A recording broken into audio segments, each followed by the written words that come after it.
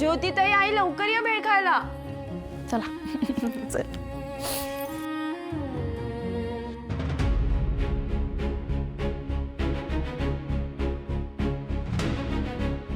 काका हा मवाली आहे ना, कधी काय चोरेल ना सांगता येत नाही, पण त्याच्यात ना ह्याची चूक नाहीच.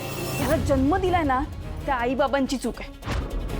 आम्हा सगळ्यांना माहितीये की ही ऍक्सिडेंट तुमच्याच घरातल्या एका माणसाने केलाय, पण तुम्ही ड्रायव्हरचा बळी देताय का तो गरीब आहे म्हणून? मी चालवत होतो गाडी, थोडी दारू प्यायलो होतो. बाबा. अरे स्वराज, काय म्हणतोस बाबा? तुला प्रीती बरोबर लग्न करायचंय की नाही? जर बोलणार नसशील ना तर मग मी हे सगळं माझ्या पद्धतीने हँडल करतो. थोडं बोलायचं होतं तुमच्याशी. ये बस. नाही नाही बाबा, मी आहे. अरे बस रे, बसून बोल. बस बस.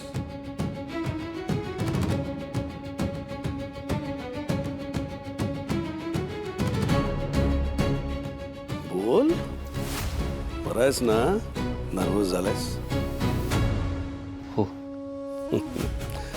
वाटलंच होतं मला. त्याआधी सकाळसाठी सॉरी.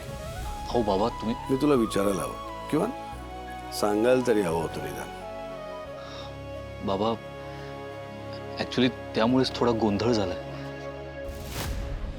सदा आणि तन्वी अचानक आले, तू एकदम गडबडून गेलास. मला तेव्हाच लक्षात आलं होतं.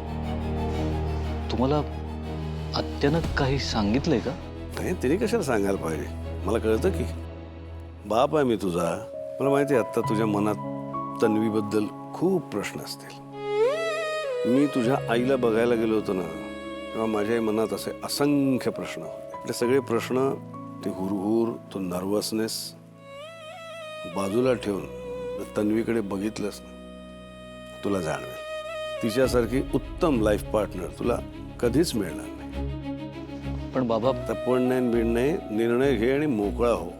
तुला सांगू, आज खूप दिवसांनी मला शांत वाटतंय. सगळे ताण गेल्यासारखं वाटतंय आणि सगळं तुझ्यामुळे झालंय. थँक्स बेटा.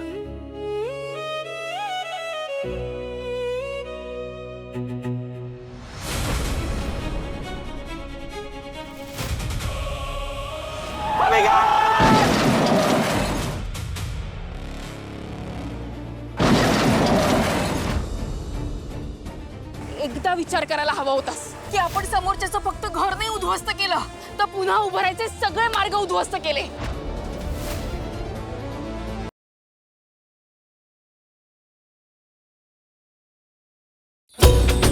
दीप ज्योति